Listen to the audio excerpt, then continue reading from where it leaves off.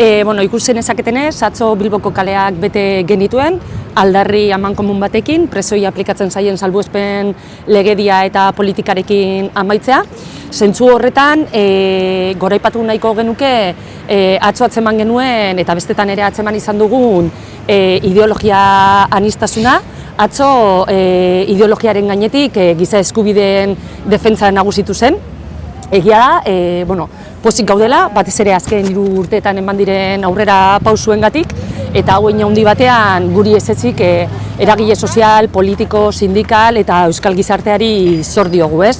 Eta ondorengoetan ere gure lana hildo horretatik joango da, ezin delako gehiago luzatu, badelako garaia legedia anakronikoak gainditzeko, fiskaltzaren helegitea gainditzeko, bizi oso arteko kondena gainditzeko, azken finean salbuespenezko legedia gainditzeko. Eta guzti hori nola ez euskal gizartearekin elkarlanean lortuko dugu. Eskerrik asko.